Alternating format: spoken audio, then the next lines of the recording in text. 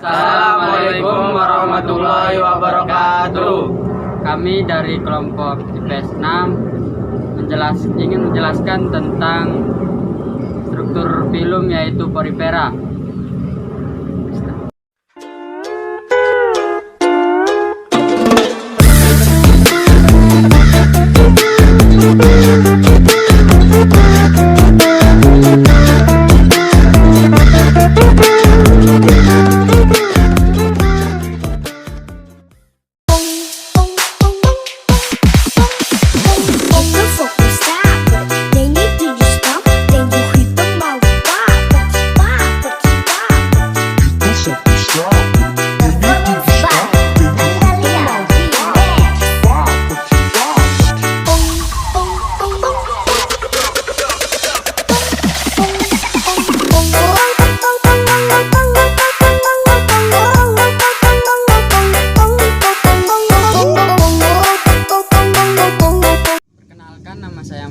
Di sini saya akan menjelaskan tentang pengertian porifera.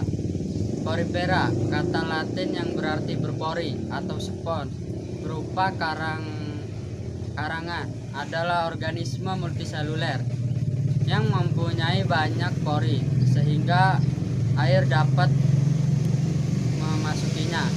Tubuh mereka terdiri dari mesohid yang diapit dua lapisan tipis sel. Spons memiliki sel berubah menjadi tipe sel lain serta dapat berpindah antara lapisan sel utama dan sel mesohid. Spons tidak memiliki saraf pencernaan maupun sistem peredaran darah. Sebaiknya sebagian besar mengandalkan air melalui pori-pori tubuh mereka untuk mendapatkan makanan serta untuk oksigen dan untuk menabung limbah. Everywhere I go, top of the mountains of Alindo, give you everything you've been dreaming of. Just let me in. Everything. Perkenalkan, nama saya Ahmad Sonaji. Di sini saya akan menjelaskan tentang ciri-ciri porifera. Yang pertama, tubuh tersusun atas banyak sel atau multiseluler. Yang kedua, seluruh permukaan tubuh berpori. Yang ketiga, sistem penyertaan pada zat makanan oleh sel amusobit. Yang keempat, sistem saluran air ada 3 tipe, yaitu yang pertama, tipe askon atau paling sederhana. Yang kedua, tipe sikon paling sedang. Yang ketiga, tipe leucon paling rumit. Ciri yang kelima adalah zat penyusun rangka tubuh ada 3, yaitu yang pertama, rangka dari zat kapur, rangka dari silikat, rangka dari serabut. Ciri yang keenam, cara reproduksi porifera ada 2, yaitu yang pertama secara seksual, kedua secara aseksual. Secara seksual adalah pembuahan sperma dan ovum. Cara aseksual adalah membentuk tunas. Ciri yang ketujuh, habitatnya sebagian besar dari hidup di air dan ada juga hidup di air tawar. Ciri yang kedelapan, lebih bersifat radial simetris. Dan ciri yang terakhir yaitu ke-9 adalah tersusun atas 2 lapisan lembaga, yaitu 1 ektodrem di bagian luar, 2 endodrem di bagian dalam.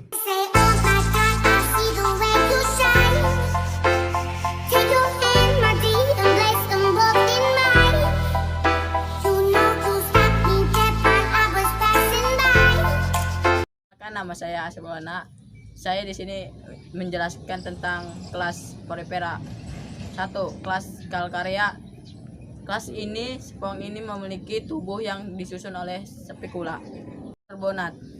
Bentuk saluran air beragam termasuk ansenoid, sigmoid, dan leuconoid.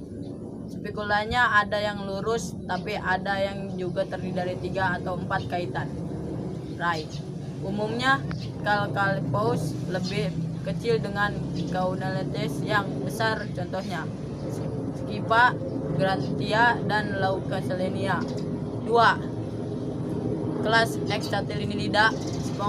Spons kaca dengan spikula silika yang berujung biasanya didapatkan pada kedalaman yang tinggi. Berbeda diantaranya melekat pada substrat dengan bantuan batang semu atau selang.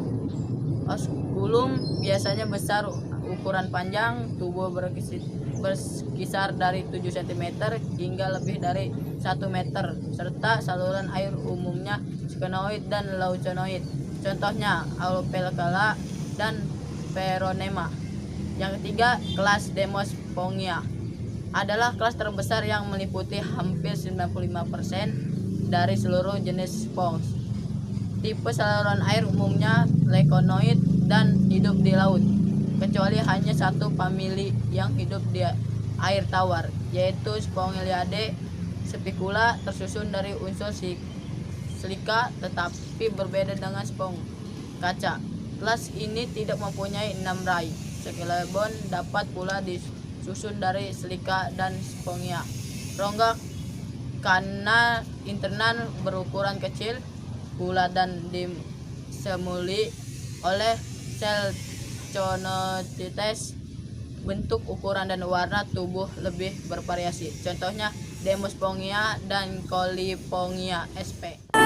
So take aim and fly away. I've never been so wide awake. No, nobody but me can keep me safe.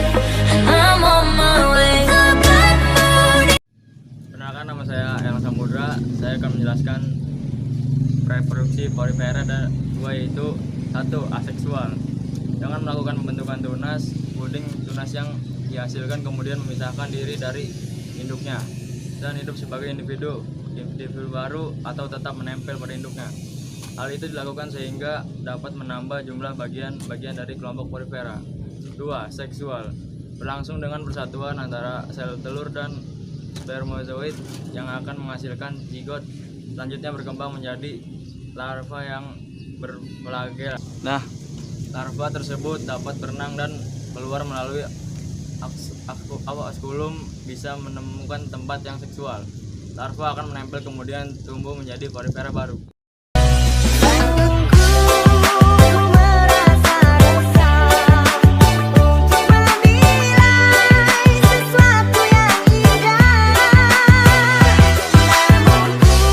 Struktur tubuh porifera ada 3, yaitu yang pertama epidermis atau lapisan terluar.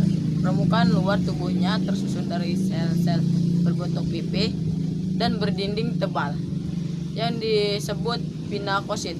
Pinakosit berfungsi sebagai pelindung. Di antaranya pinakosit terdapat pori-pori yang membentuk saluran air yang bermuara di spongsol atau rongga tubuh yang terdapat di lapisan dalam kendermis.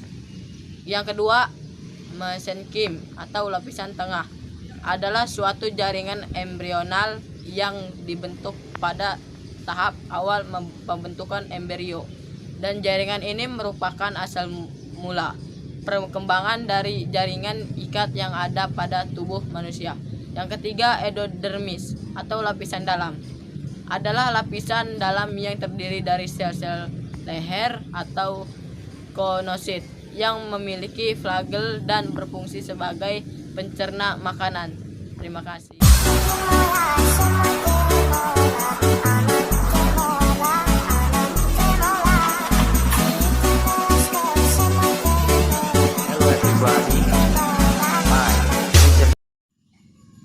Perkenalkan, nama saya Ahmad Agustawan. Di sini saya akan menjelaskan ekologi dan habitat porifera, yaitu spons dapat ditemukan di seluruh dunia, dari daerah tropis sampai kutub. Kebanyakan tinggal di air jernih dan tenang supaya partikel kotoran tidak menutupi pori-pori.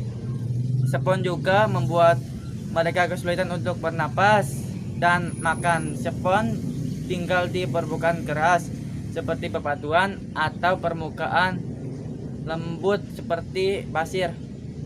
Sekian dari kelompok kami, kurang lebihnya mohon maaf. Wassalamualaikum warahmatullahi wabarakatuh.